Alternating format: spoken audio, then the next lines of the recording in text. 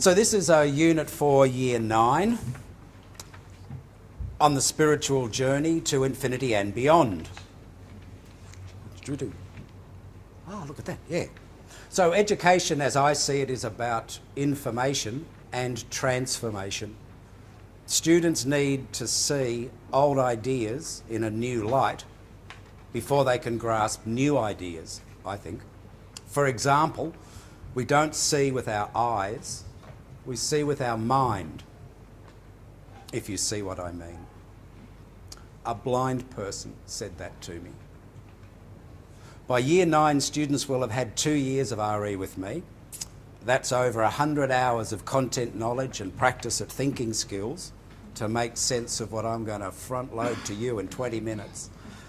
So I reckon you should buckle your seatbelts for safety's sake, and maybe you should sort of stop talking amongst yourselves, especially those people down the back.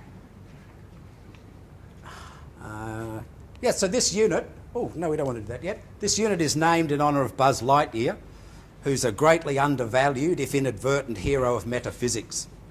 I frankly disagree with those who say that Buzz is talking cartoon nonsense when he declares, "To infinity and beyond." And I've read on the internet and heard people give talks bagging Buzz and saying that's just nonsense, and I just disagree. As I see it, from the finite human realm, we can get to the infinite spiritual realm, and from there, we can get to the ultimate divine reality. Let me explain. The word religion comes from Latin religare, to tie back to the sacred source of the universe. The first RE lesson I teach to Year 7 is that religion connects the world to God. From there, creation stories are the backbone of the middle school curriculum. I think it's important and relevant for adolescents to wonder about how they came to be, who they are, where they are, why anything exists, what happens after we die. Answers to those perennial questions help kids and adults find bearings in life and decide how best to live. The world's religions are filled with origin stories. The one that I work through, well, one of the ones that I work through with Year 7 is the Norse creation saga, because they all love the Vikings. With Thor in the movies and stuff at the moment. In that story, the gods shape the world from the dead body parts of the divine giant Ymir. His skull is the sky.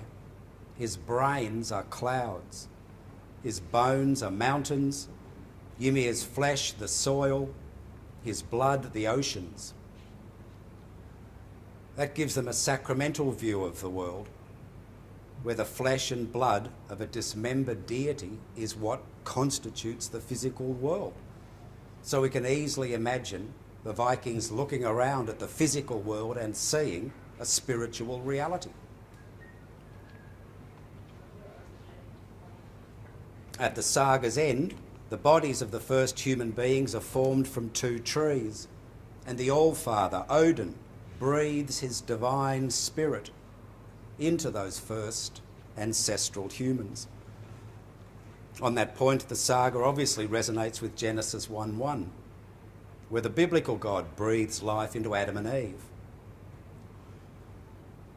I often start middle school lessons with students practicing relaxation meditations to centre on their breathing, to bring them into the moment and calm down after lunchtime.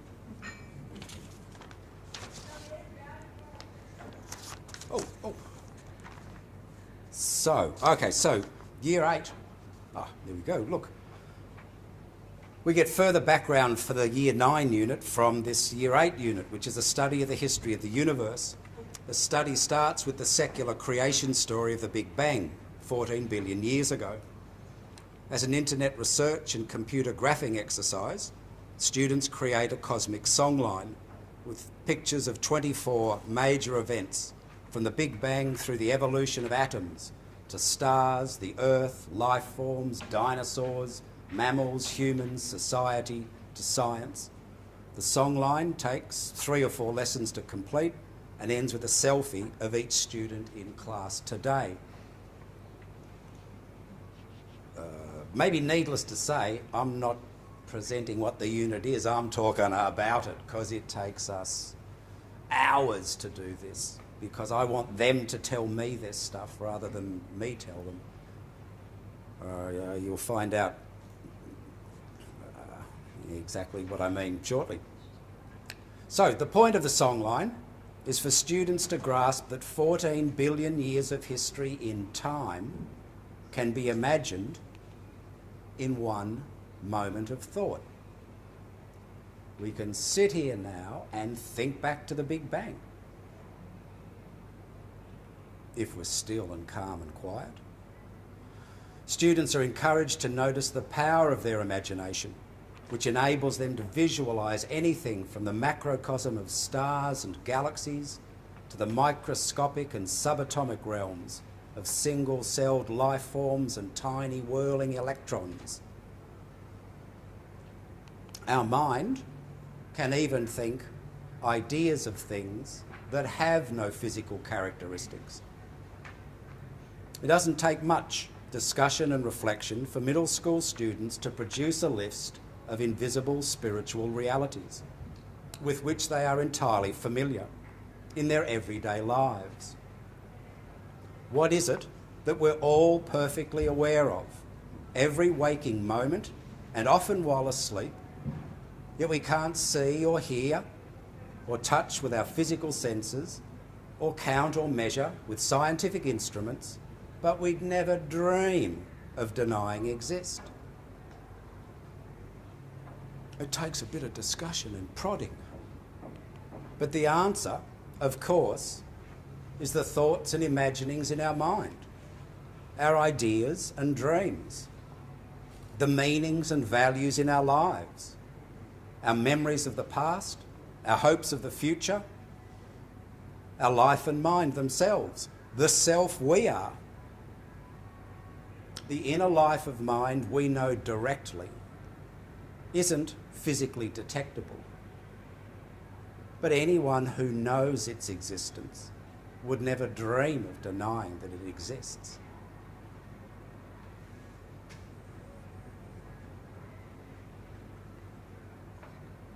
Indeed, many people regard our inner mental life as the most important part of what it is to be human. So, supported by 100 hours of that kind of stuff, not 10 minutes, Year 9 takes about 200 minutes of class time to discuss, research and reflect their way through this unit to infinity and beyond. The basic launching point is one of the most well-known of biblical quotations, the first line from the book of Genesis. In the beginning, God created the heavens and the earth.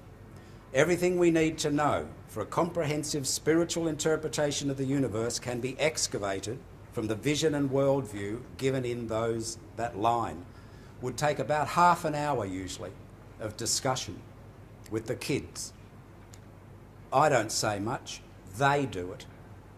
And they get 20 beliefs expressed in that one line. If we had lots of time, but we don't. So, 20 beliefs: that God exists before the beginning of the universe, that the universe exists, that God exists alone, that God is the creative source of the universe. The universe has a beginning, the universe depends on God for its existence, the universe exists for a reason, the universe is comprised of spiritual heaven and physical earth, the physical world is not all that exists, there is spiritual existence beyond the physical world. The universe of heaven and earth is not all that exists. God is beyond the universe of heaven and earth.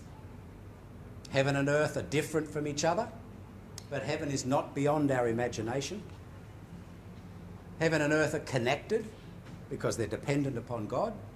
There is a way of getting from the earthly world to the divine source in God. The spiritual journey to God commences by turning from earth to heaven, from the physical to the spiritual, not conforming to the things of this world, as someone earlier said. Our return to God culminates in transcending infinity to the original reality, and ultimately, all that exists is the undivided oneness of God. 24 kids, half an hour. They can get it. Oh, so that first line from the Pentateuch, the Jewish and Christian scriptures, must have been read more than any other line in the Bible, because everybody who starts at the beginning would have read that line. Lots of people never finish the Bible, but everybody who started would have read that line, and there's a lot to digest in a cursory listing of beliefs in that way, without any discussion and negotiation and reflection.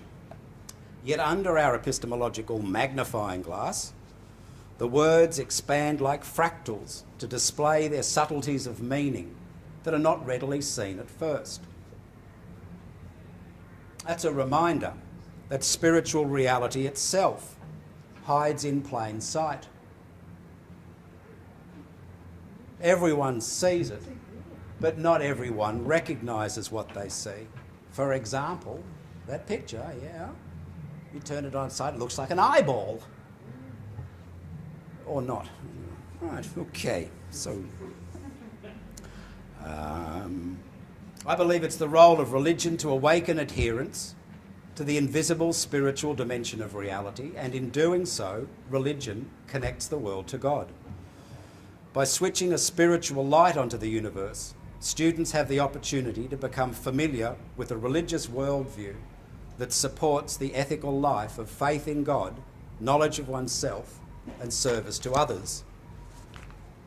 Look, I reckon in the cause of service to others, I'll just stop there, and I will axe the last page so we can kind of move on.